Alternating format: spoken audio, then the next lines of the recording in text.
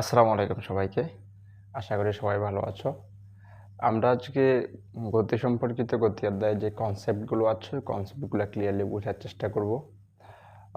আমাদের পদার্থবিজ্ঞান যে গতি অধ্যায়ের যে বইয়ের যে টপিকগুলো আছে বা বইয়ে যে ধারণাগুলো দেওয়া আছে, কিছু টপিক ক্লিয়ার করা আছে, কিছু টপিক ক্লিয়ার করা নেই।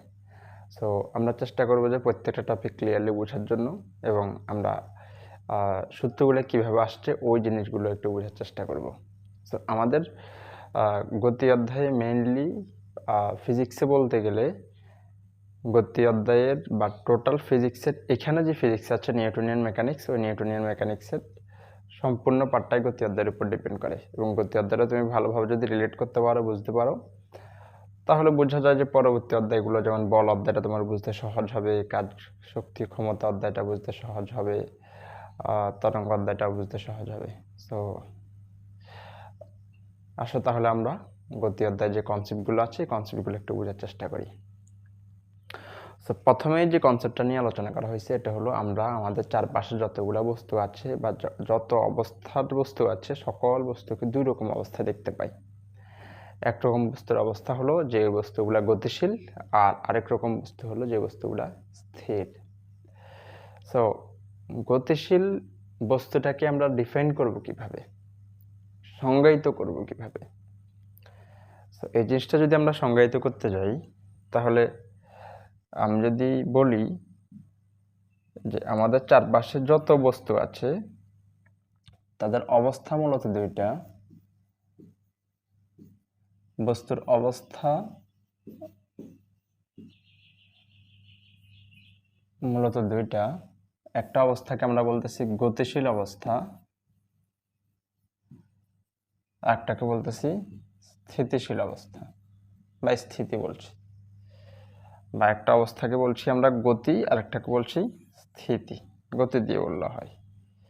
ওকে, তো গতি বলতে বোঝাই কোন একটা বস্তু চলতেছে, এরকম কিছুকেই বোঝাই।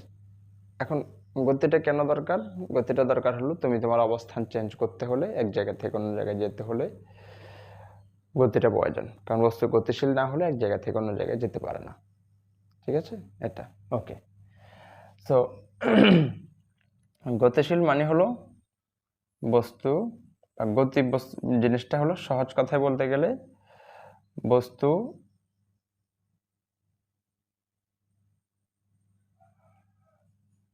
বস্তুর অবস্থানের পরিবর্তন হলে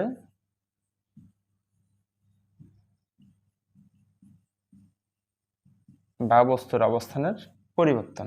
আর স্থিতি কাকে বলে? বস্তুর অবস্থানের পরিবর্তন না হওয়া।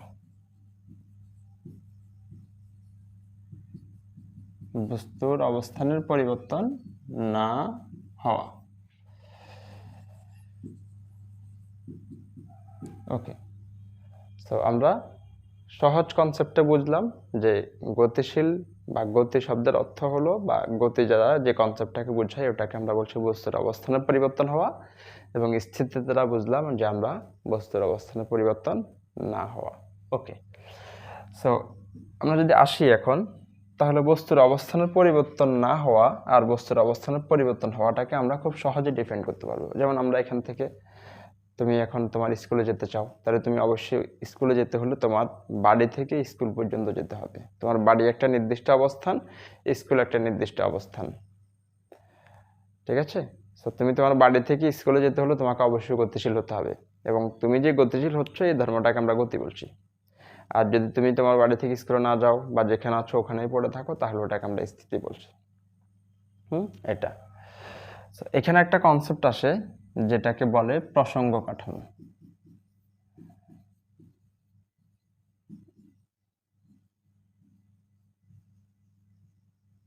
যে জিনিসটাকে বলে প্রসঙ্গ কাঠামো। প্রসঙ্গ কাঠামো বলতে আমি জাস্ট সহজে যদি বলি, তাহলে তুমি একটা আইডিয়া চিন্তা করতে পারো। যে আইডিয়াটা হলো যে তুমি যখন কাউকে ভালো বলো, যখন তুমি বলো যে এ বি এর চাইতে ভালো, তখন অবশ্যই তুমি এ কে বি এর সাথে তুলনা করে নিচ্ছ। এ বি এর চাইতে ভালো, তার মানে বিটা একটু খারাপ, এ একটু ভালো। আবার তুমি যখন দুজন ব্যক্তির নাম যখন উল্লেখ করছো, হয়তো জ্যাক এবং জ্যাকব, যখন তুমি বলছো জ্যাক জ্যাকবের চাইতে খারাপ, তখন অবশ্যই তুমি জ্যাককে ভালো বলছো এবং জ্যাকবকে খারাপ বলছো। এবং এখানে তুমি জ্যাকবকে মূলত স্থির ধরে বা জ্যাকবকে তার নির্দিষ্ট একটা অবস্থায় ধরে বোঝাতে চাচ্ছ যে জ্যাক তার চাইতে একটা ভালো অবস্থায় আছে। তো আমরা আমাদের কোনো একটা বস্তু গতিশীল নাকি স্থির এটা কিভাবে বুঝতে পারবো? ওটাকে বলে যে একটা জড় প্রসঙ্গ কাঠামোর সাপেক্ষে তুমি যখন কোনো একটা বস্তুর অবস্থানটা ঠিক বের করো। তো একটা বস্তু গতিশীল নাকি স্থির তুমি এটা একটা জড় প্রসঙ্গ কাঠামোর সাপেক্ষে হিসাব করতে হয়। অ্যাকচুয়ালি গতিশীল হলেও হবে, বাট আমরা নর্মালি কোনো একটা বস্তু স্থির নাকি গতিশীল এটাকে তুমি একটা প্রসঙ্গ কাঠামোর মাধ্যমে আমরা মূলত এটাকে ডিফাইন করি। তো প্রসঙ্গ কাঠামো হলো ওই বিন্দু যেই বিন্দুর সাপেক্ষে কোনো বস্তুর অবস্থাটা বের করা হয়। কোনো বস্তুর অবস্থাটা বের করা হয় বস্তুটি গতিশীল নাকি স্থির। তো আমি যদি এখানে নর্মাল কনসেপ্টে বলি, তোমার এখান থেকে একটু ঝামেলা আছে। ঝামেলাটা হলো এটা যে তুমি প্রসঙ্গ কাঠামোটা হয়তো খুব ভালোভাবে ডিফাইন করতে পারতেছো না। আমরা জাস্ট তোমাকে যখন প্রসঙ্গ কাঠামো হিসাবে যখন ডিফাইন করা হয় তুমি জাস্ট নর্মালি একটা গাছ চিন্তা করবা, কারণ আমরা জানি গাছ হাঁটতে পারে না, গাছ হাঁটতে পারে না। তো তুমি যখন গাছ থেকে যখন ধরো কেউ একজন গাছের নিচে দাঁড়িয়ে আছে, তো তুমি যখন দেখো যে 5 মিনিট আগেও তুমি দেখলা যে এই ব্যক্তি গাছ থেকে 2 মিটার দূরে ছিল, এবং এক পরে এসেও তুমি যখন দেখলা যে শুরুতেও দেখলা একটা এই ব্যক্তি গাছ থেকে 5 মিটার 2 মিটার দূরে আছে, 10 মিনিট পরে এসেও যখন তুমি দেখলা যে ওই বস্তুটা গাছ থেকে 2 মিটার দূরে আছে, দ্যাট মিনস তুমি বলতে পারো যে এই বস্তুর গাছ থেকে অবস্থানের কোনো পরিবর্তন হয়নি, বা গাছ থেকে তার যে দূরত্ব ওই দূরত্বটার কোনো পরিবর্তন হয়নি, দ্যাট মিনস বস্তুটা স্থির আছে। আর যদি তুমি দেখো যে না, বস্তু গাছ থেকে কিছুক্ষণ আগে বা আমি দেখলাম যে 2 মিটার দূরে ছিল, কিন্তু এখন সে 2 মিটার না, এখন সে 5 মিটার দূরে আছে, তাহলে অবশ্যই আমি বলতে পারবো যে বস্তুটা অবশ্যই গতিশীল হয়েছিল, বিধায় সে এখন 5 মিটার দূরে আছে। যদি গতিশীল না হতো তাহলে সে তার অবস্থান পরিবর্তন করতে পারতো না। তো তোমাকে যখন বলতেছে বা তুমি যখন চিন্তা করতেছো যে কোনো একটা বস্তু স্থির, তখন তুমি মস্তিষ্কে একটু চিন্তা করে নিবা যে কোনো জায়গায় কোনো একটা গাছ আছে বা নর্মালি কোনো একটা বস্তু আছে যে বস্তুটা স্থির এবং ওই বস্তু থেকে তার অবস্থানের পরিবর্তনটা হচ্ছে না। আর যদি ওই বস্তু থেকে বা স্থির বস্তুটার থেকে যদি আমি যে বস্তুটার হিসাব করতেছি ওই বস্তুটার অবস্থানের পরিবর্তন হয়, তখন আমরা বলতে পারবো বস্তুটা গতিশীল হয়েছে। ওকে, তো এই দুইটা কনসেপ্টের মধ্যে আমরা মূলত গতিশীল অবস্থাটাকে বেছে নিব। এবং গতিশীল অবস্থাটা তার কারণ তুমি জানো যে পৃথিবীটা গতিময়, তাই না? পৃথিবীটা গতিময় এবং আমাদেরকে মূলত চলতে হয়। আমরা গতিশীল অবস্থাটাকেই বেছে নিব বা গতিশীল অবস্থাটা নিয়েই মূলত আগাতে চাচ্ছি, কারণ আমাদের এখানে মেইন কনসেপ্টটাই হলো গতি। ওকে, সো আমরা যদি একটু আগাই তাহলে আমরা গতির খুব ভালো একটা সংজ্ঞা দিতে পারবো। ওকে, আমরা যদি গতির একটা খুব ভালো সংজ্ঞা দিই তাহলে সংজ্ঞাটা হবে এরকম: সময়ের সাথে পারিপার্শ্বের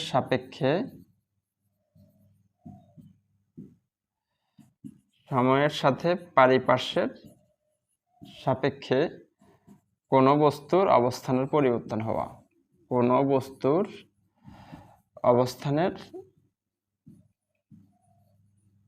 অবস্থানের পরিবর্তন হওয়া,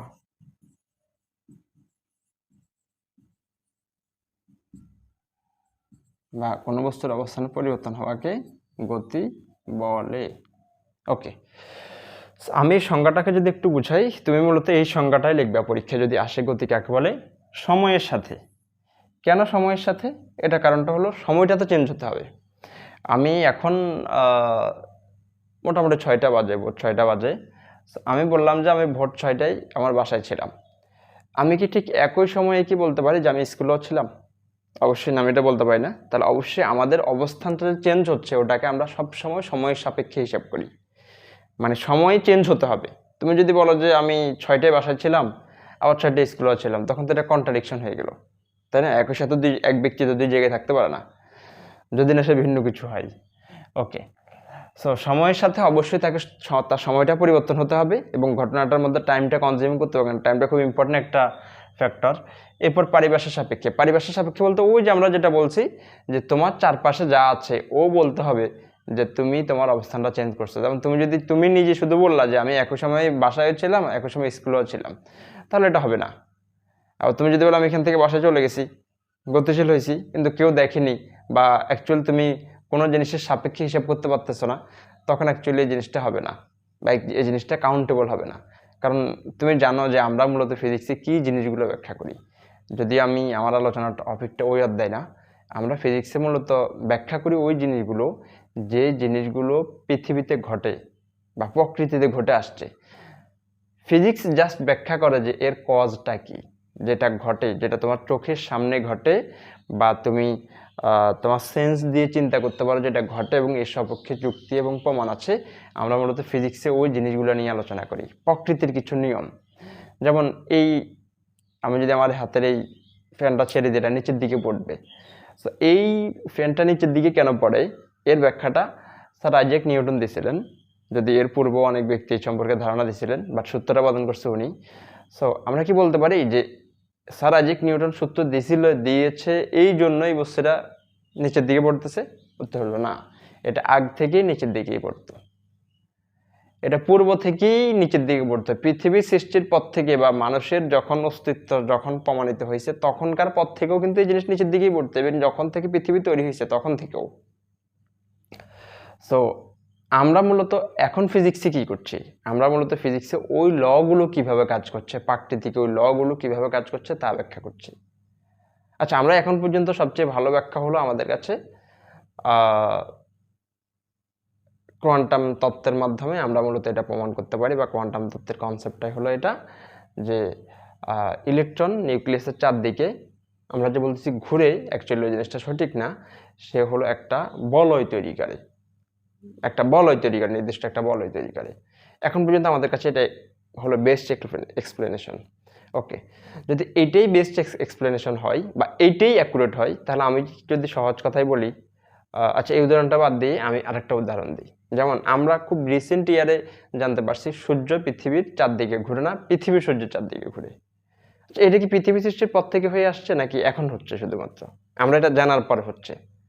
উত্তর হলো না, এটা পৃথিবী সৃষ্টির না, এটা মহাবিশ্বের সৃষ্টি, বা পৃথিবী এবং সূর্য যেদিন সৃষ্টি হয়েছিল বা সূর্য সৃষ্টি হওয়ার পরে যে পৃথিবী হয়েছে, পৃথিবী সৃষ্টি যেদিন হয়েছে ওই দিন থেকেই পৃথিবী মূলত সূর্যের চারদিকে ঘুরতেছে, কিন্তু আমরা ওই কজটা সঠিকভাবে ধরতে পারিনি। সো ঠিক একই কথা প্রযোজ্য তোমার জন্য। অ্যাকচুয়ালি প্রত্যেকটা জিনিসের একটা নির্দিষ্ট ল এবং সিস্টেম আছে। সো তুমি একটা জিনিস ধরতে পারো না, এর মানে হলো তোমাকে ভুলভাবে শেখানো হয়েছে, তোমাকে ভুলভাবে ইন্টারপ্রেট করা হয়েছে। তোমাকে যদি সঠিকভাবে ইন্টারপ্রেট করা হতো তাহলে তুমি অবশ্যই জিনিসটা বুঝতা, এবং এই জন্য অবশ্যই তোমাকে সঠিক পন্থাটাই বেছে নিতে হবে। ঠিক আছে, আমরা ফিজিক্সে মূলত ব্যাখ্যা করি যেই লগুলো পৃথিবীতে আছে বা প্রাকৃতিক নিয়ম হিসেবে আছে, ওই লগুলো মূলত কিভাবে কাজ করে ওই জিনিসটাই মূলত আমরা ফিজিক্সে এক্সপ্লেন করার চেষ্টা করি। ওকে, আমরা আমাদের মেইন টপিক আসার চেষ্টা করি। তো সময়ের সাথে অবশ্যই তোমার সময়টা পরিবর্তন হতে হবে। তুমি যেই ঘটনাটা বর্ণনা করতে চাচ্ছ বা যে ঘটনাটা বর্ণনা করছো তার জন্য সময়ের পরিবর্তনটা হতে হবে, বা সময়ের বিষয়টা এখানে আসবে। পারিপার্শ্ব সাপেক্ষে তোমার চারপাশ, ওই যে আমি পারিপার্শ্ব বলতে তোমাকে বলতে চাচ্ছি, ওই যে তোমাকে বলছিলাম যে তুমি চিন্তা করে নিবা যে তুমি যখন বলতেছো কেউ গতিশীল হচ্ছে, তুমি চিন্তা করবে যে কেউ একজন গাছ থেকে একটা নির্দিষ্ট দূরত্বে ছিল সে, এবং ওই জায়গা থেকে এখন আবার চলা শুরু করছে।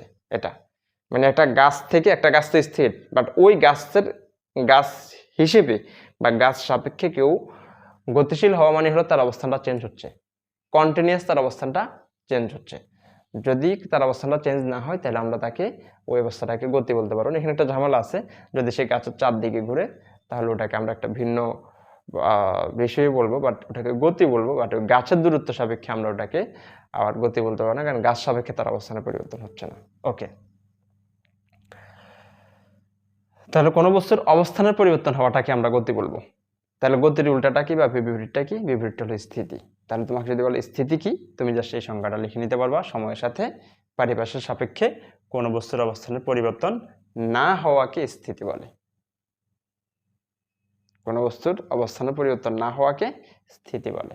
ওকে, এরপরে তোমার এখানে দুইটা জিনিস আসছে, একটাকে বলছে পরম গতি আর একটাকে বলছে পরম স্থিতি।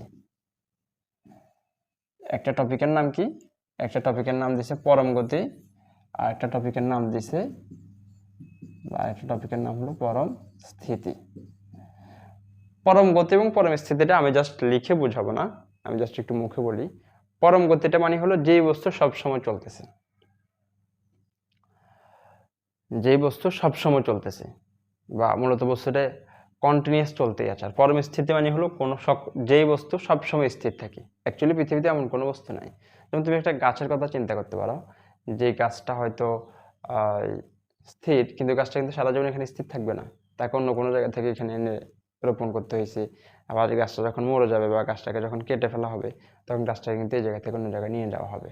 তো পরম স্থিতি মানে হলো বস্তুর অবস্থানের পরিবর্তন হয় না, সহজ কনসেপ্টে বললে।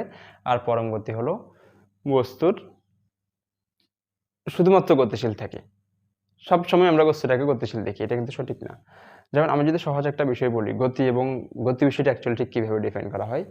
ধরো তোমরা দুই বন্ধু সাইকেলে করে যাচ্ছ, এখন তোমরা তো সাইকেলে চড়তেছো নাকি, সাইকেলে চলতেছো। এখন ওই যে মাঝে মাঝে এমন হয় না যে একজন সাইকেল চালাচ্ছে এখান দিয়ে, আরেকজন এখান দিয়ে চালাচ্ছে, একসাথে চালাচ্ছে আর কি পরপর। আচ্ছা, তোমাদের কি মনে হবে যে তোমরা গতিশীল একজন একজনের সাথে চেহারার দিকে তাকিয়ে থাকলে? উত্তর হলো না। বা বাসে বসে তো তুমি যদি দুজন যদি ট্রেনের কামরায় বসে যদি মুখোমুখি বসে যদি কথা বলা শুরু করো, উত্তর হলো না, তোমাদের কিছু গতিশীল মনে হবে না। সো পরম এই গতিশীলতার বিষয়টা আমরা বলি এটাকে বলি আপেক্ষিক। মানে হলো যে একই জিনিসকে তুমি গতিশীল দেখতেছ, সেই একই জিনিসকে অন্য কেউ গতিশীল নাও দেখতে পারে। তুমি দেখছো ট্রেন চলতেছে, রাইট? তুমি দেখতেছো ট্রেন চলতেছে, কিন্তু ট্রেনে বসা ব্যক্তি দেখতেছে তুমি চলতেছো। যদি না সে হয়তো খুব বেশি লজিক্যাল না হয়, হয়তো এই কজগুলো না বুঝছে, তখন সে এই জিনিসটা ছোটো থাকতে যখন আমরা ছিলাম তখন মনে হতো যে রাস্তার পাশে গাছ দৌড়াই, এরকম মনে হইতো। এখনও গতিশীল হলে মনে হয় যে রাস্তার পাশের গাছগুলো চলে যাচ্ছে, বাসের জানালা দিয়ে বাইরে তাকালে এরকম মনে হয়। সো গতিশীলতার বিষয়টা এখানে মূলত আপেক্ষিক। আপেক্ষিক মানে হলো সবার জন্য এক না। যেমন তুমি যাকে গতিশীল বলছো, অন্য কেউ তাকে স্থির বলতেও পারে, বা সে তাকে গতিশীল নাও বলতে পারে। ঠিক আছে, ওকে। সো আমরা আমাদের কনসেপ্টটাতেই মূলত আগাই। সো পরম স্থিতি মানে হলো, সহজ কথা বলতে গেলে, আমি একটা সহজ কনসেপ্টটা বলছি, যদিও এগুলোতে একটু ঘাপলা আছে, কারণ এই জিনিসগুলো তোমাকে এখানে আমার আমার সেন্সে বলতেছে এই জিনিসগুলো এখানে আরেকটু ক্লিয়ার করা উচিত ছিল, আর না এই টপিকগুলো এখান থেকে একটু এখন ডিনাই করে সাধারণ গতির যে ধারণাগুলো, ওই ধারণাগুলো দেওয়া উচিত ছিল, তাহলে হয়তো তুমি একটু ভালোভাবে বুঝতে পারতা। সো পরম গতি মানে হলো যেই বস্তু সবসময় গতিশীল থাকে, আমরা যেটাকে বলছি আপেক্ষিক, কারণ সবসময় সকল বস্তুকে গতিশীল দেখা যায় না। সবসময় সকল বস্তুকে গতিশীল দেখা যায় না। আর পরম স্থিতি মানে হলো সবসময় বস্তুটা স্থির থাকবে বা ওরকম কিছু একটা। ঠিক আছে, ওকে। তো আমরা এবার গতি সম্পর্কিত যেই ধারণাগুলো আছে, এই ধারণাগুলোকে আস্তে আস্তে সামনে আনার চেষ্টা করব, এবং আমি এখান থেকে ওই ধারণাগুলো নেওয়ার চেষ্টা করছি। প্রথম যে ধারণাটা, ওই ধারণাটা হলো গতির সাথে সম্পৃক্ত রাশিগুলোকে আমরা মূলত, যে রাশিগুলো আছে ওই রাশিগুলোকে আমরা দুই ভাগে ভাগ করতে পারি। পৃথিবীতে যত রাশি আছে সবগুলোকে দুই ভাগে ভাগ করতে পারি। একটাকে বলছি আমরা ভেক্টর এবং অন্যটাকে বলছি আমরা স্কেলার। আচ্ছা, রাশি কি? রাশি কি? রাশি হলো ভৌত জগতে যা কিছু পরিমাপ করা যায়, ফিজিক্যাল ওয়ার্ল্ডে যা কিছু পরিমাপ করা যায় তাকে আমরা রাশি বলছি। যেমন তুমি একটা বস্তু আছে, আমরা দেখলাম যে বস্তুটা এরকম, তুমি অবশ্যই বস্তুটাকে মাপতে পারবা। তারপরে তুমি একটা দণ্ড আছে, এই দণ্ডের দৈর্ঘ্য মাপতে পারবা। তুমি একটা গ্লাসের মধ্যে কিছু পানি আছে, এই পানিটার আয়তন কত, এটা তুমি মেজারমেন্ট করতে পারবা। এই যা কিছু তুমি মাপতে পারবা, যা কিছু মাপা যায় তাকে রাশি বলে। যা কিছু মাপা যাবে তাকে রাশি বলে। ওকে। সো ভেক্টর কি? ভেক্টর হলো ওই সকল রাশি, আমি আবার বলতেছি, রাশি মানেই তো তার মান থাকবে নাকি? আমরা তাকে পরিমাপ করলে কি পাই? আমরা যখন কাউকে মাপি তখন কি পাই? অবশ্যই তার একটা মান পাই। তাহলে ভেক্টর মানে হলো যে সকল রাশির দিক থাকবে,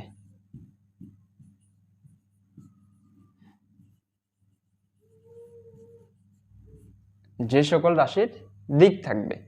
আর এটা হলো যে সকল রাশির দিকটা প্রয়োজন নেই বা দিক নেই, সহজ কথায়। যে সকল রাশির দিক নেই ওটাকে আমরা স্কেলার বলছি। তো যে সকল রাশির দিক থাকবে আমরা ওই সকল রাশিকে ভেক্টর বলবো, এবং যে সকল রাশির দিক থাকবে না তাদেরকে আমরা স্কেলার বলবো। আমি এখানে আরেকবার একটু বিষয়টা ক্লিয়ার করি। রাশি মানেই কিন্তু যেই সকল রাশি মানে হলো ভৌত জগতে যা কিছু পরিমাপ করা যায়, তুমি পরিমাপ করলে কি পাও? অবশ্যই একটা মান পাও। তাহলে রাশি মানেই কিন্তু তার মান আছে, এবং তুমি যখনই বলছো রাশির দিক থাকবে, তার মানে হলো এমন একটা রাশি, এমন একটা কোয়ান্টিটি যে কোয়ান্টিটিটার অবশ্যই মান আছে, এবং তুমি বলছো এখন তার সাথে দিকও থাকবে, তাহলে সেটা ভেক্টর। আর যদি তার শুধুমাত্র মান থাকে, তাহলেই, যদি দিক না থাকে তখন আমরা তাকে স্কেলার বলছি। তুমি স্কেলার কিন্তু অন্যভাবে বুঝতে পারো। স্কেল দিয়ে আমরা মূলত কি করি? তোমার কাছে যে স্কেল আছে ওই স্কেল দিয়ে তুমি দৈর্ঘ্য মাপো। আবার এখন ওই যে ব্যালেন্স মেশিনগুলো আছে বা মাপা হয়, আগে তো পাল্লা ইউজ করা হতো, এখন যে ব্যালেন্সগুলো ইউজ করা হয় ওগুলোতে মূলত আমরা কি করি? স্কেল করি। ওগুলোকে এখন স্কেল বলে। সো স্কেল মানে হলো পরিমাপ করা। সো স্কেলার মানে হলো যা দিয়ে শুধুমাত্র পরিমাপ করাই হয়, তার মানে যে রাশির দিয়ে অনলি শুধু পরিমাপ করা যায় ওটাকে আমরা স্কেলার বলছি। আর যে রাশির সাথে পরিমাপের সাথে শুধু পরিমাপও করতে পারি বা শুধু পরিমাপ করাটাই শেষ না, এর সাথে তার দিকটাও থাকবে, আমরা তাকে ভেক্টর বলছি। ওকে, আমি যদি এর একটা উদাহরণ দিই, লেটসে দেখা যাক যে আমরা বললাম যে একটা দণ্ডের দৈর্ঘ্য হলো 5 মিটার, বা 5 মিটার দৈর্ঘ্যের একটি দণ্ড।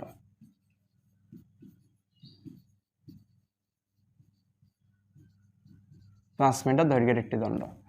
সো জাস্ট তুমি বুঝলা যে একটা দণ্ডের দৈর্ঘ্য 5 মিটার। তুমি একটু সেন্স করো তো যে এর সাথে দিকের কোনো সম্পর্ক আছে কিনা, কোনোভাবে সামহাও এর সাথে দিকের কোনো কানেকশন আছে কিনা? অবভিয়াসলি নেই। বোঝাই যাচ্ছে যে এই দণ্ডটার দৈর্ঘ্য 5 মিটার। এই দণ্ডটা কয়ভাবে থাকতে পারে? এইভাবে থাকতে পারে, এইভাবে থাকতে পারে, এইভাবে থাকতে পারে, এইভাবে থাকতে পারে, যেভাবে ইচ্ছে ওইভাবে থাকতে পারে। এখানটার কোনো বাধ্যবাধকতা নেই যে এই দণ্ডটা কীভাবে আছে বা কোন দিকে আছে, এটার সাথে মূলত তার দিকের কোনো সম্পর্ক নাই। আবার আমরা যখন বলি 1 কেজি চিনি, তখন কি তোমার মনে হয় যে এটার সাথে কোনো দিকের সম্পর্ক আছে? 10 সেকেন্ড সময় বা সময় 10 সেকেন্ড, এটার সাথে দিকের কোনো সম্পর্ক আছে? না, এই জিনিসগুলোর সাথে দিকের কোনো সম্পর্ক নেই। সো আমরা নর্মাল কনসেপ্টটা যদি বলি, আমরা এই জিনিসটাকে স্কেলার বলতে পারি, এবং যা দিয়ে মূলত আমরা শুধুমাত্র দৈর্ঘ্যগুলোই পরিমাপ করতে পারি। সো এটা একটা স্কেলার রাশি, বা মূলত দৈর্ঘ্য একটা স্কেলার রাশি, এই যে এটা। সো ঠিক একই জিনিসের আমরা ভেক্টর রাশি কখন মাপতে পারবো? যখন তুমি বলবা যে লাঠিটা 5 মিটার পশ্চিম দিকে আছে।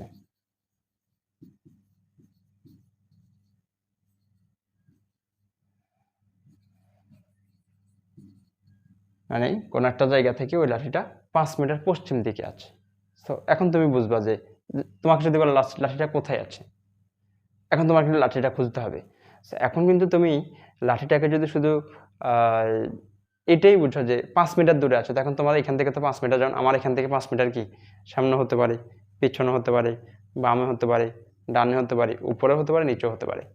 এখন তোমাকে কিন্তু ফিক্সভাবে বলতে হবে কোন দিকে আছে। এই জায়গাটাই হলো দিকের বিষয়টা আসে। সো যে জিনিসগুলোতে আমরা আবার বলছি যে রাশিগুলোতে দিকের প্রয়োজন থাকবে তাকে আমরা ভেক্টর বলবো, এবং যে রাশিগুলো প্রকাশের ক্ষেত্রে দিকের প্রয়োজন থাকবে না বা দিকের প্রয়োজন হবে না তাকে আমরা স্কেলার বলবো। যেগুলোতে দিকের প্রয়োজন হবে ওগুলো হলো ভেক্টর, আর যেগুলোতে দিকের প্রয়োজন হবে না ওগুলো হলো স্কেলার। ওকে, সো আমরা এবার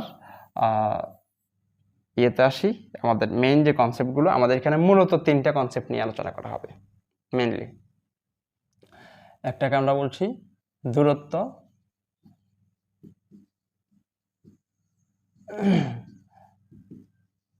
সরণ। এই দুটো অ্যাকচুয়ালি একই জিনিস, শুধু এ হলো স্কেলার, আর দূরত্ব সরণটা হলো ভেক্টর। তাহলে দূরত্বটা হলো স্কেলার আর সরণটা হলো ভেক্টর। আমরা যদি দূরত্বের সংজ্ঞাটা দিই, তাহলে দূরত্বের সংজ্ঞাটা তো আমরা লিখতে পারবো এটা, যে ওই যে আমরা বলছিলাম আমাদের মূলত গতির সকল সংজ্ঞায় ওটা আসবে সময়ের সাথে পারিপার্শ্বের সাপেক্ষে। সময়ের সাথে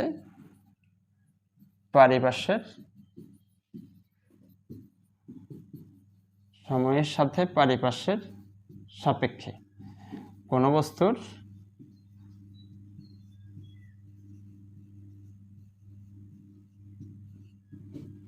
অবস্থানের পরিবর্তনকে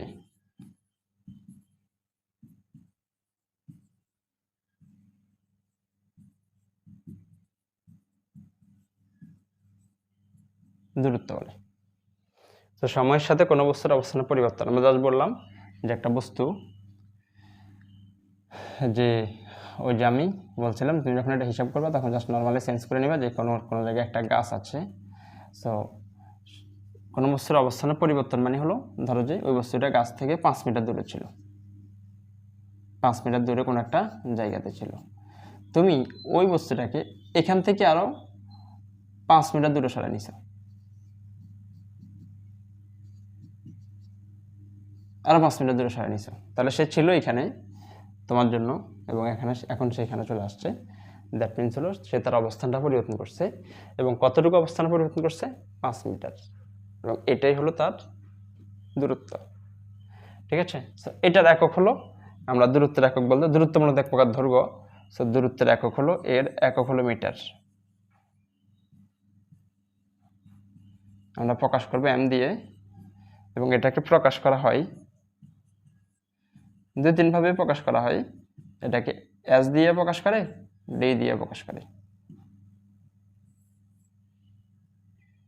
এটাকে এস দিয়ে প্রকাশ করা হয়, ডি দিয়ে প্রকাশ করা হয়। এবং একটা কনসেপ্ট আসবে পরবর্তীতে বা এটার সাথেই, ওটা হলো মাত্রা। সো এর মাত্রা হলো এল, এর একক হলো মিটার, প্রকাশ করা হবে এস বা ডি দিয়ে, তুমি এসই ধরতে পারো, আর এর মাত্রা হলো এল। ঠিক আছে, ওকে। আমরা এবার এর একই ভেক্টর রাশিটা যেটা আছে ওটা যদি একটু দেখি, তাহলে ওর নামটা হলো সরণ। তাহলে সরণের সংখ্যাটা হবে এটা, সময়ের সাথে পারিপার্শ্বের সাপেক্ষে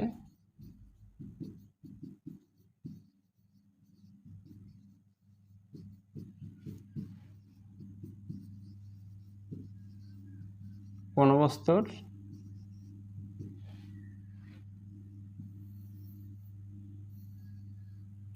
সময়ের সাথে পারিপার্শ্বের সাপেক্ষে নির্দিষ্ট দিকে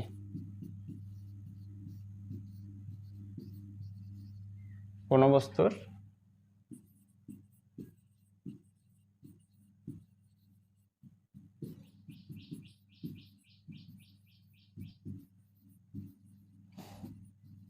অবস্থানের পরিবর্তনকে সরণ বলে।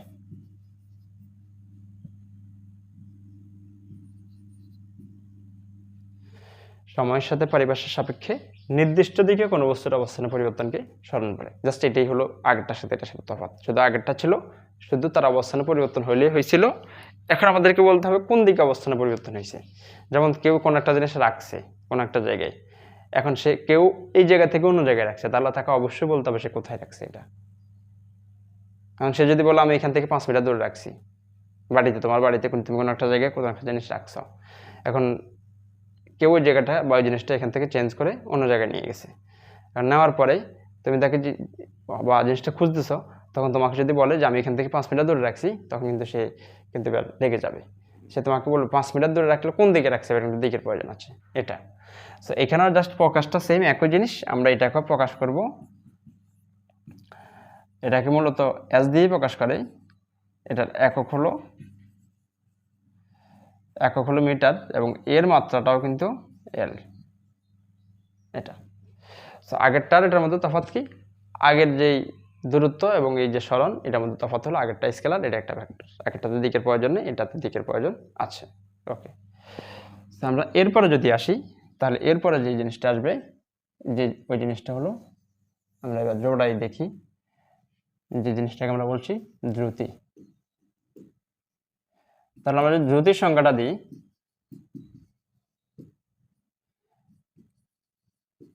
সময়ের সাথে পারিপার্শ্বের সাপেক্ষে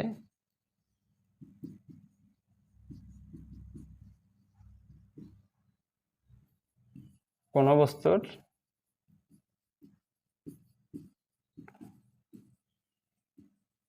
অবস্থান পরিবর্তনের হারকে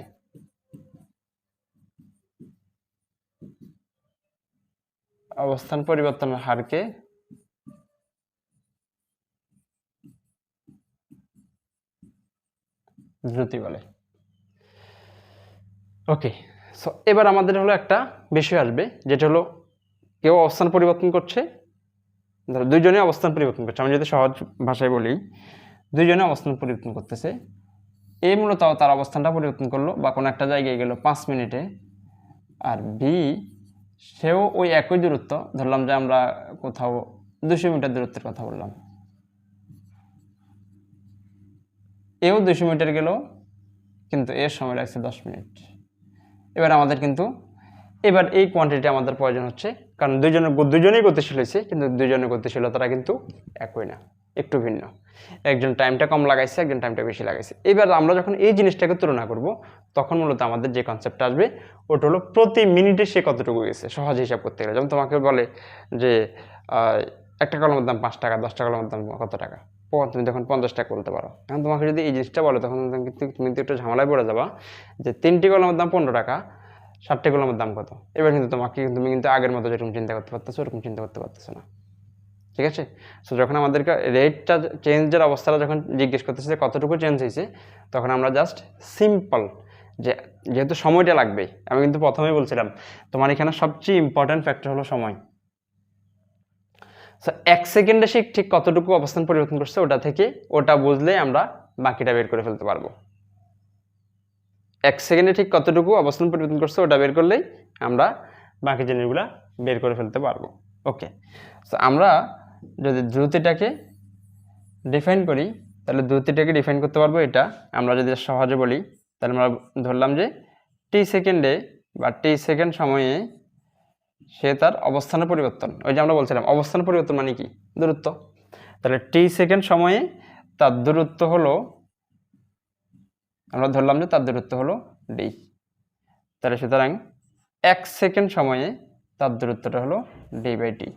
এটাকেই কিন্তু আমরা দ্রুতি বলতে পারছি। আমরা যদি দ্রুতিটাকে লিখি, তাহলে দ্রুতিটা হবে ডি বাই টি। এবং এই কথাটা কিন্তু একই জিনিস, এই যে আমরা যেটাকে হার বলছি, হার প্রতি সেকেন্ডে, একক সময়ে হার, একই কথা।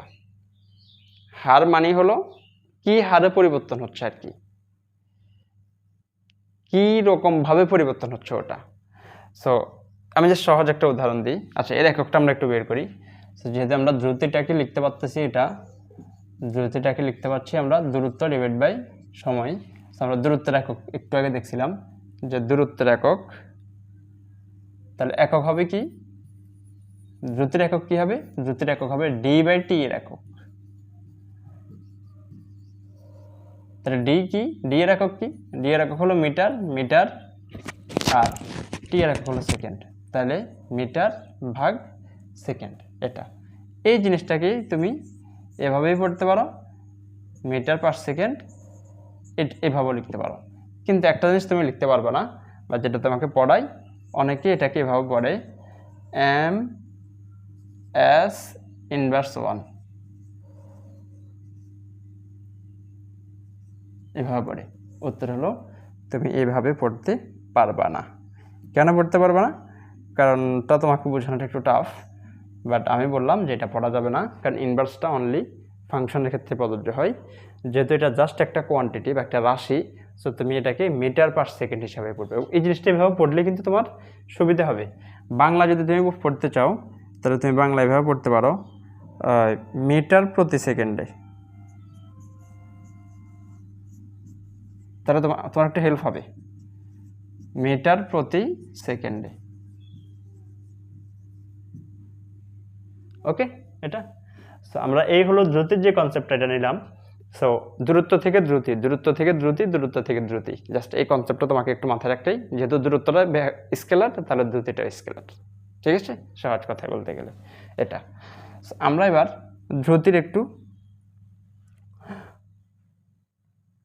দ্রুতির বিষয়টা শেষ করলাম। এবার আসি আমরা বেগে। খুব ইম্পর্টেন্ট এই কোয়ান্টিটিটা, যে রাশিটা প্রায় সব কিছুতেই লাগবে, গতিশীল যত কিছু আছে সব কিছু দিয়ে লাগবে। তো এগেইন একই কথা, সময়ের সাথে পারিপার্শ্বের সাপেক্ষে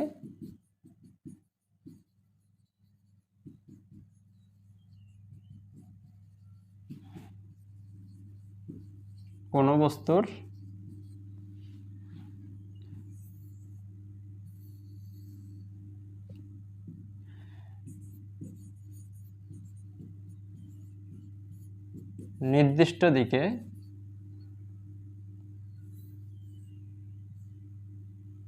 নির্দিষ্ট দিকে কোনো বস্তুর অবস্থানের পরিবর্তনকে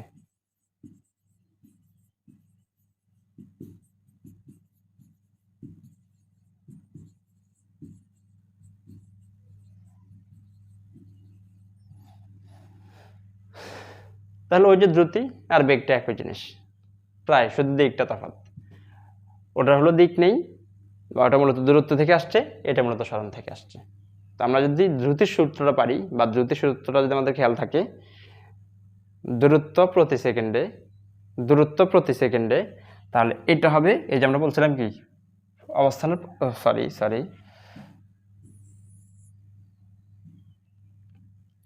অবস্থানের পরিবর্তনের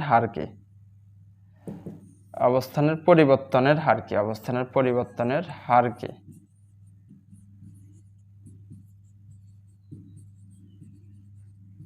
বেগ বলে। এটা আমরা যদি দ্রুতির বিষয়টা আমাদের খেয়াল থাকে, দ্রুতিটা হলো দূরত্ব প্রতি সেকেন্ডে, তাহলে ওখানে দিক ছিল না, এটা হলো নির্দিষ্ট দিকে, একই জিনিস, শুধু ওখানে দিক নেই, ওখানে আছে কোনো বস্তুর অবস্থানের পরিবর্তনের হারকে, এখানে হলো নির্দিষ্ট দিকে কোনো বস্তুর অবস্থানের পরিবর্তন হারকে। তো নির্দিষ্ট দিকে কোনো বস্তুর অবস্থানের পরিবর্তন মানে এটাতে হলো সরণ, তার মানে হলো এটা হলো সরণ প্রতি সেকেন্ডে। তো আমরা এই জিনিসটাতে যদি আসি, তাহলে আমরা লিখতে পারবো বেগ সমান হলো সরণ ডিভাইড বাই সময়, এটা এই কোয়ান্টিটিটা। এবং আমরা কিন্তু এখানে এটার একটা প্রকাশে আসবো, কারণ বেগটা আমাদের খুব বেশি ইম্পর্টেন্ট একটা কোয়ান্টিটি। সো বেগটাকে আমরা ভি দ্বারা প্রকাশ করি, সরণকে আমরা মেজরিটির ক্ষেত্রে এস দ্বারা প্রকাশ করবো, টাইমকে ভি দ্বারা। সো এখান থেকে আমরা মূলত এই সূত্রটা নিতে পারবো, এস সমান বিটি, যখন তোমার শুধুমাত্র সরণ এবং বেগটাই হবে মেইন কনসেপ্ট, অন্য কোনো কনসেপ্ট থাকবে না। ঠিক আছে, এটা। এবং বেগের এককটাও কিন্তু দ্রুতির এককের মতো, তাহলে এর একক হলো মিটার পার সেকেন্ড, আর এর মাত্রা আমরা ওই দ্রুতির মাত্রাটা বের করে নেই, মিটার মূলত একটা দৈর্ঘ্যের একক, তাহলে এর মাত্রা হলো এল, আর সেকেন্ডটা মূলত টাইমের একক, এর মাত্রা হলো টি⁻⁻1। আর এটাকে প্রকাশ করে কি দিয়ে? বেগটাকে প্রকাশ করে ভি দিয়ে,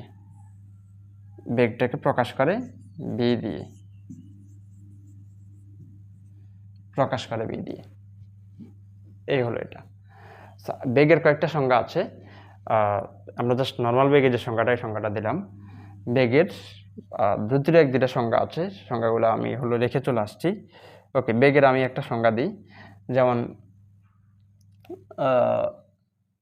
আমরা বললাম যে কোনো একটা বস্তু সেটা 5 মিটার পার সেকেন্ড বেগে চলতেছে। এর মানে কি? এর মানে হলো 5 মিটার পার সেকেন্ড বেগ বলতে কি বোঝায়? এই প্রশ্ন এটা আসতে পারে, বা এই প্রশ্নটা আসতে পারে। সো 5 মিটার পার সেকেন্ড বেগ বলতে বোঝায়, প্রতি সেকেন্ডে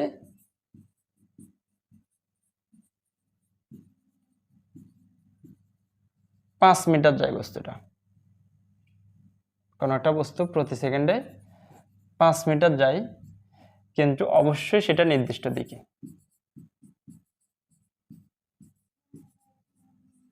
তাহলে 5 মিটার পার সেকেন্ড বলতে বেগ বোঝাচ্ছে নির্দিষ্ট দিকে প্রতি সেকেন্ডে বস্তুটা 5 মিটার দূরত্ব অতিক্রম করে।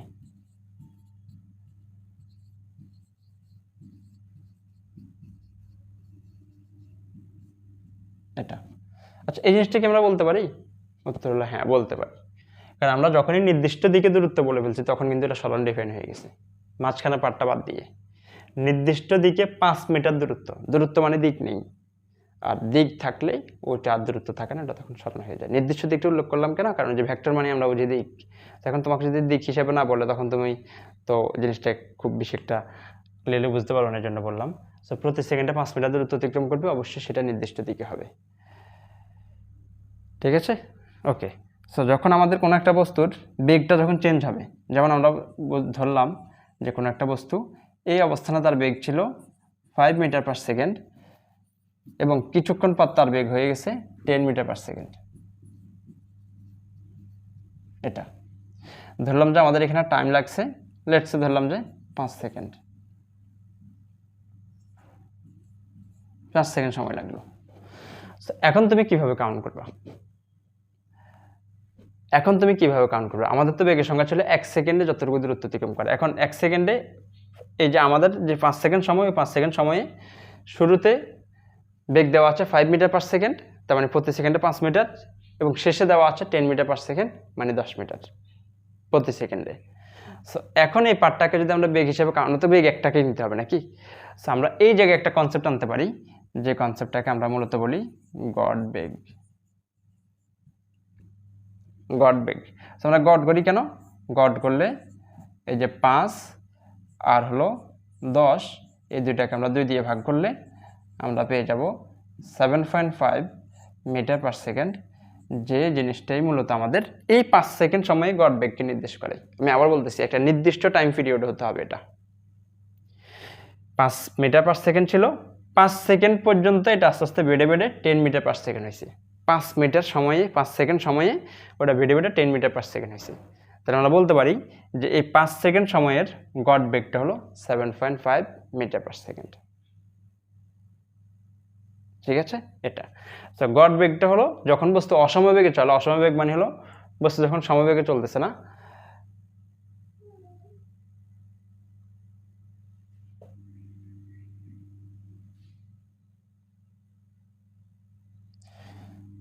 বস্তু যখন বেগের মানটা চেঞ্জ হচ্ছে, তখন আমরা জাস্ট বস্তুর যেই টাইম পিরিয়ডে বস্তুর বেগটা চেঞ্জ হয়েছে, ওই টাইম পিরিয়ডে আমরা বস্তুর দুইটা বেগ নিয়ে আমরা 2 দিয়ে ভাগ করে দিলে তার গড় বেগটা পেয়ে যাব, অ্যাভারেজ যে বেগটা এটা পেয়ে যাব। ওকে, এখন আসি আমাদের যেটাকে আমরা বলতেছি সমবেগ। এই কনসেপ্টটা অত্যন্ত গুরুত্বপূর্ণ একটা কনসেপ্ট, এবং এই কনসেপ্টটা মূলত বেগের সাথে শুধুমাত্র সম্পৃক্ত। সমদ্রুতিও আছে, ওটাও আছে, এটা থেকে আমরা ওটা বুঝতে পারবো। তো সমবেগটা হলো কোনো বস্তুর বেগটা তো ভেক্টর নাকি, বেগটা ভেক্টর, তাহলে এর মানও থাকবে, দিকও থাকবে। কোনো বস্তুর বেগের মান ও দিক অপরিবর্তিত থাকলে,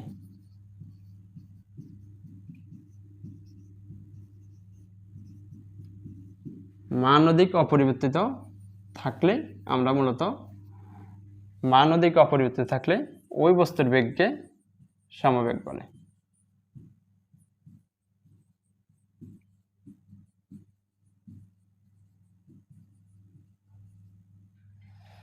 কোনো বস্তুর বেগের মান ও দিক অপরিবর্তিত থাকলে আমরা মূলত ওই বস্তুর বেগটাকে সমবেগ বলবো। সো ধরলাম যে কোনো একটা বস্তু একটা সরল রেখায় চলতেছে এবং তার বেগ হলো 5 মিটার পার সেকেন্ড, এবং সে এইভাবেই চলতেছে, তাহলে এটাকে আমরা সমবেগ বলতে পারবো। কোনো একটা বস্তু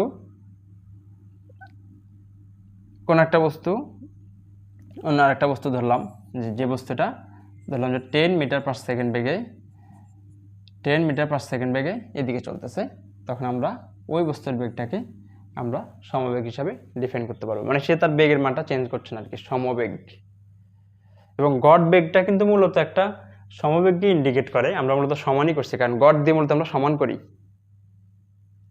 সো মান যদি অসমান থাকে তাহলে সমবেগ করার প্রক্রিয়া কি? যদি এটা সমবেগ না, মানে সমান বেগ করার প্রক্রিয়াটা হলো গড় বেগ।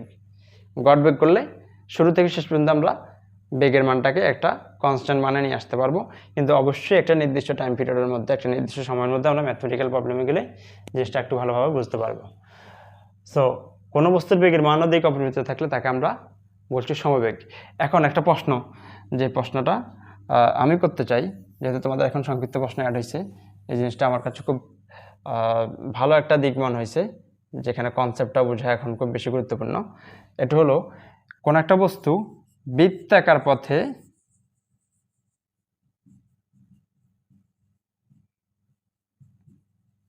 ফাইভ মিটার পার সেকেন্ড বেগে, ওটা কিন্তু আমরা চলতেছে বলি, ওটাকে বলি ঘুরতেছে, ঘুরলে সেটা সমবেগ হবে কিনা।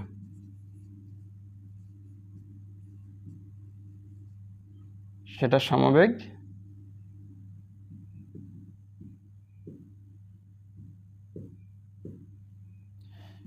সমবেগ হবে কিনা।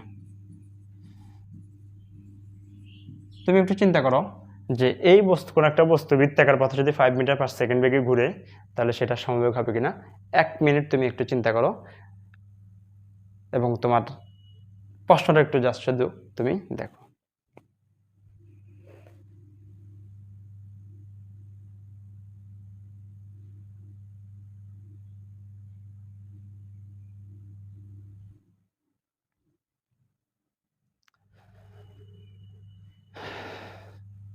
আচ্ছা, তো কোনো একটা বস্তু যখন বৃত্তাকার পথে ঘুরে তখন কি ওই বস্তুর বেগটা সমবেগ হবে কিনা, এই প্রশ্নটার জবাবটা আশা করি তুমি একটু ভাবছো বা একটু ভাবার চেষ্টা করছো।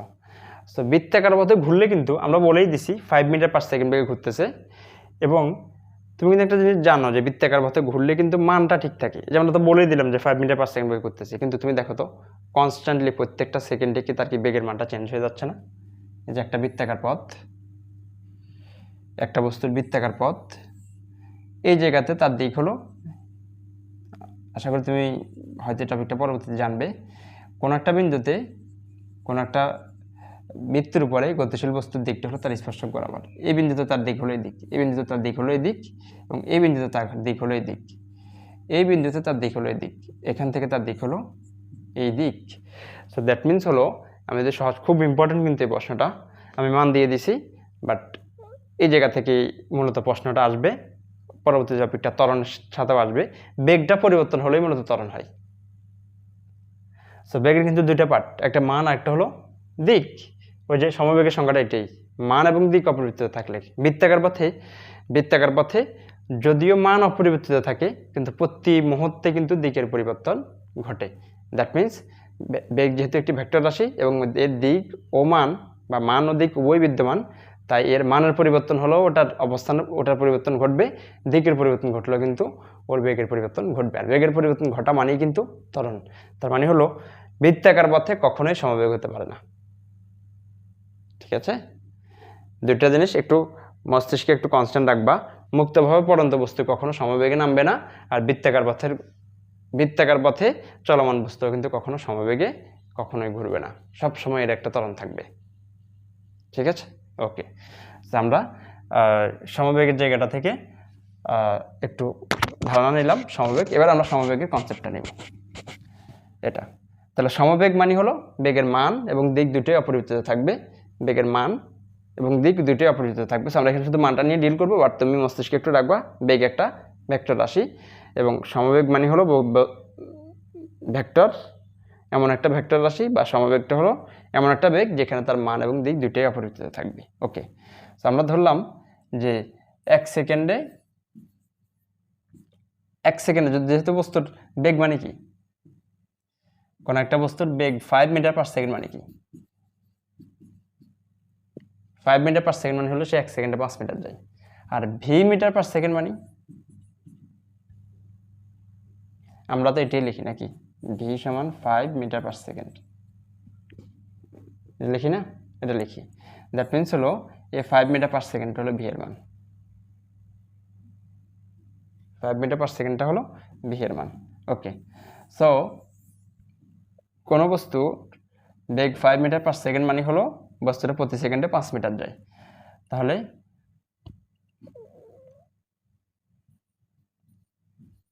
1 সেকেন্ডে সরণ হলো ভি মিটার, সুতরাং টি সেকেন্ডে সরণ হলো ভি টি মিটার।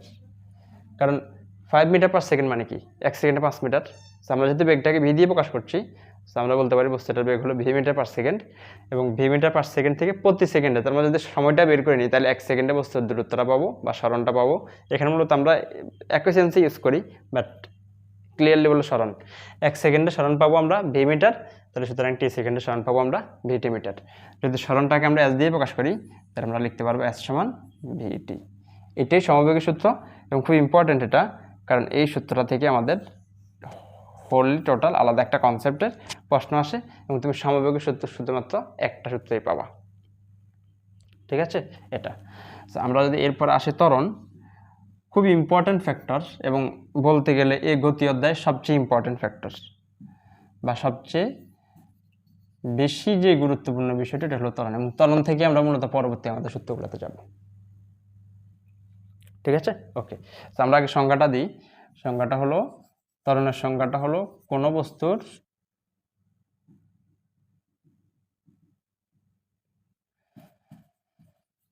সময়ের সাথে পারিপার্শ্বের সাপেক্ষে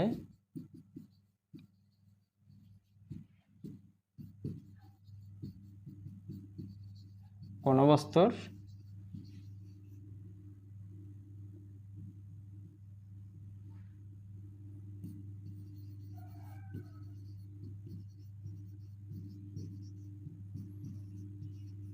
বেগ পরিবর্তনের হারকে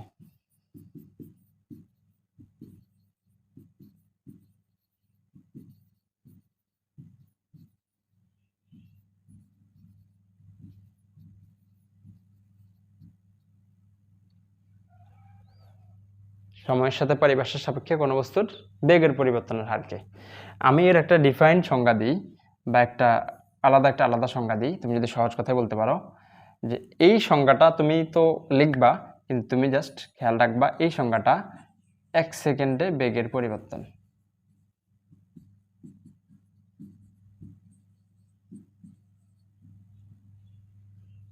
খুব বেশি হেল্প করবে এটা তোমাকে। ত্বরণ মানে হলো 1 সেকেন্ডে বেগের পরিবর্তন। সো সময়ের সাথে পারিপার্শ্বিক সাপেক্ষে, এটা আমাদের আগের পুরনো কথা, এটা বাদ দিলাম। কোনো বস্তুর বেগের পরিবর্তনের হার কি, তার মানে বেগটাও কিন্তু বেগটা পরিবর্তিত হবে। এবং আমরা অ্যাকচুয়ালি বুঝি, যেমন কেউ সাইকেল চালাচ্ছে হঠাৎ ব্রেক করলে কিন্তু সে আস্তে স্লো হয়ে যায়। সো স্লো হওয়া মানে আমরা কিন্তু বুঝি বেগ কম। যখন সে স্লো চলতেছে তখন সে কম বেগে চলতেছে, আবার সে যখন ফাস্ট চলতেছে তখন সে বেশি বেগে চলতেছে, রাইট? সো ঠিক বেগটা ঠিক কীভাবে পরিবর্তিত হচ্ছে ওটাকে আমরা ত্বরণ বলছি, এবং 1 সেকেন্ডে বেগ কতটুকু পরিবর্তিত হচ্ছে ওটাকে ফিক্সডভাবে ত্বরণ বলছি। ঠিক আছে, তো আমরা ধরলাম, এবং এই জায়গাটা মূলত আমাদের এই সূত্রটা আমাদের লাগবে যে আমরা ধরলাম যে যেই ঘটনাটা আমরা বর্ণনা করছি ওই ঘটনাটার টি সেকেন্ড সময়ের জন্য। আমি আবার প্রথমেই বলছিলাম, আবার বলি, আমি বলছিলাম এখানে মূলত ঘটনাগুলো ঘটবে ওই ঘটনার মধ্যে সময়টা খুব বেশি গুরুত্বপূর্ণ একটা ফ্যাক্টর। আমরা ধরলাম যে ওই বস্তুটার, আমি যদি আগে একটা উদাহরণ দিই, আমরা ধরলাম যে একটা বস্তু 5 সেকেন্ড সময়ে তার বেগ 5 মিটার পার সেকেন্ড থেকে 10 মিটার পার সেকেন্ডে রূপান্তর করলো, বা 5 মিটার পার সেকেন্ড থেকে 10 মিটার পার সেকেন্ড হলো।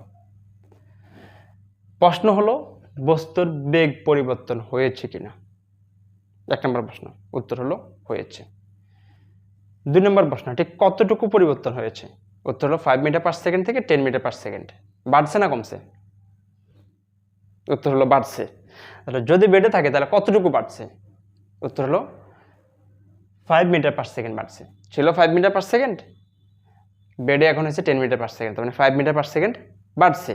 এই যে চেঞ্জ হয়েছে 1 সেকেন্ডে ঠিক এর পরিবর্তনটা কতটুকু?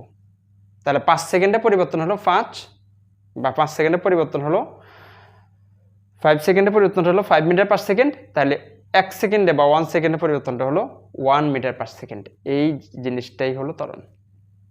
এবং 1 সেকেন্ডে ত্বরণ যেহেতু 1 মিটার পার সেকেন্ড চেঞ্জ হচ্ছে, যার জন্য আমরা বলি ত্বরণের মানটা হলো 1 মিটার পার সেকেন্ড স্কয়ার। আমরা আগে একটু হিসাবটা দেখি। তাহলে 5 সেকেন্ডে বেগের পরিবর্তন,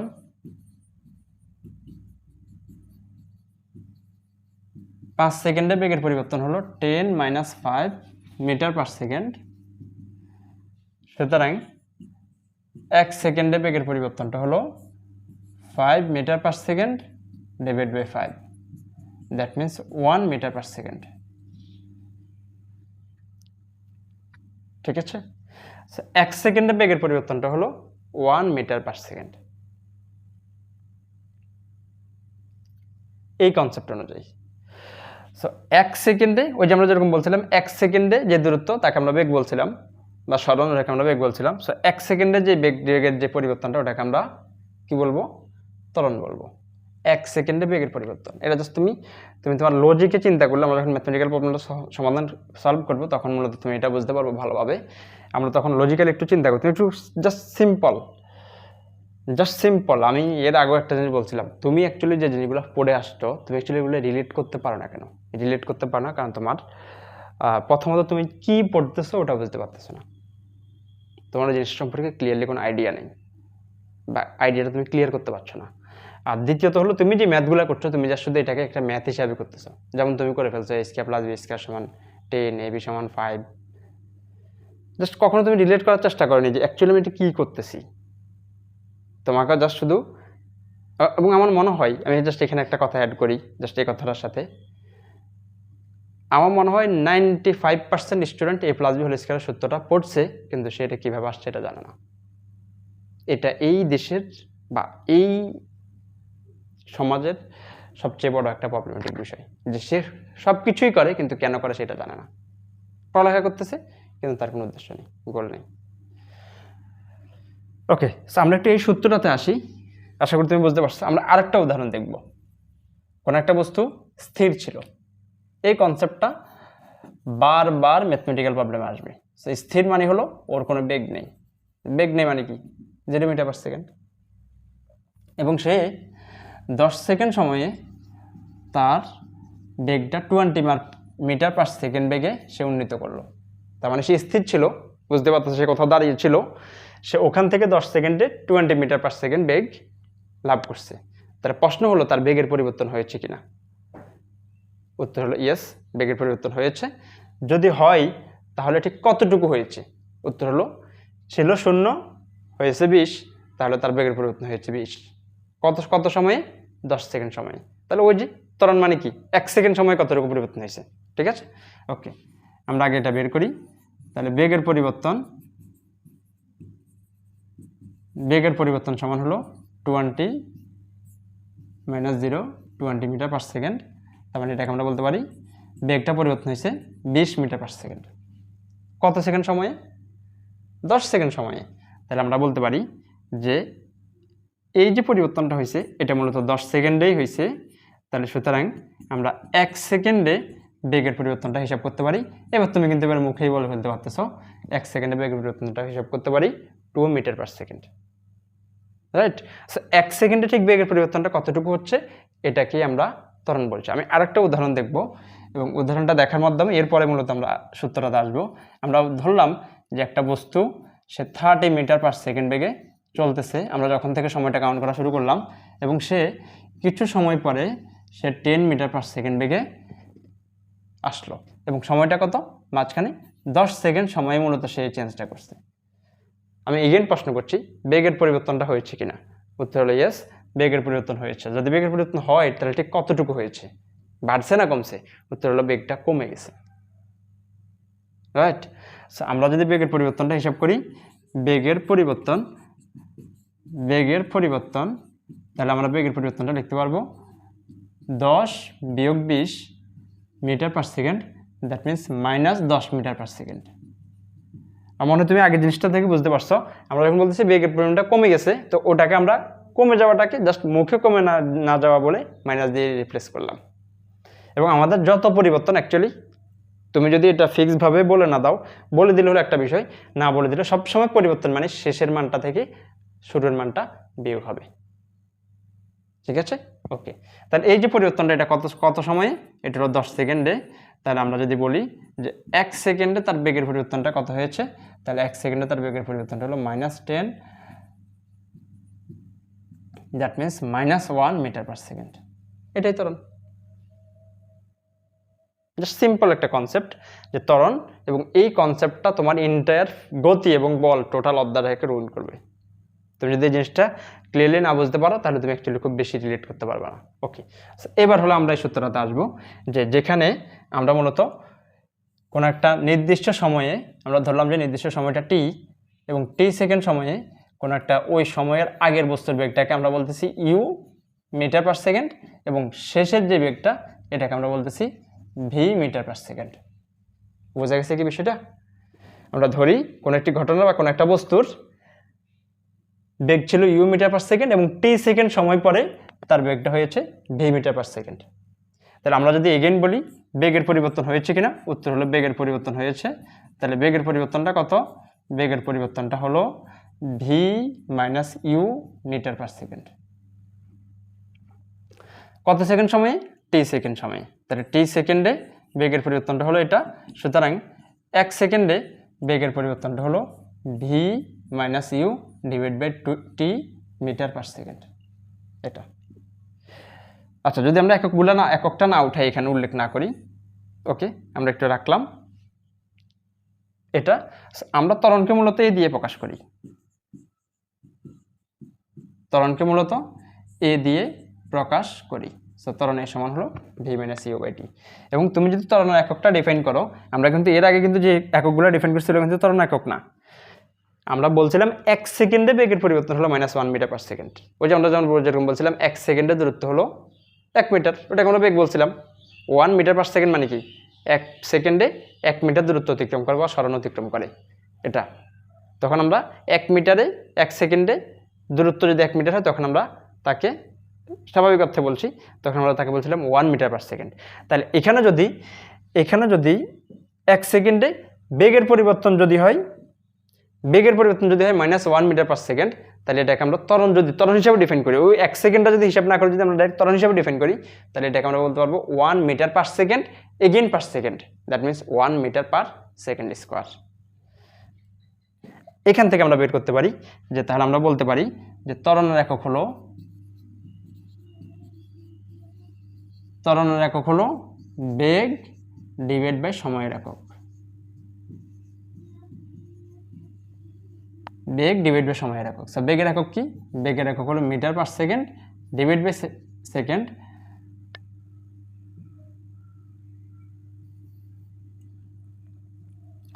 তাহলে আমরা এটাকে বলতে পারি মিটার পার সেকেন্ড স্কোয়ার। ঠিক আছে? তো আমরা যদি এবার আগের মানগুলোকে যদি রিপ্লেস করি, তাহলে আমরা বলতে পারবো, এখানে বলতে পারবো যে ত্বরণ এ সমান -1 মিটার পার সেকেন্ড স্কোয়ার। আমরা যদি এর আগেরটাতে আসি, এখানে আমরা ডিফাইন করতে পারবো যে ত্বরণ এ সমান 2 মিটার পার সেকেন্ড স্কোয়ার।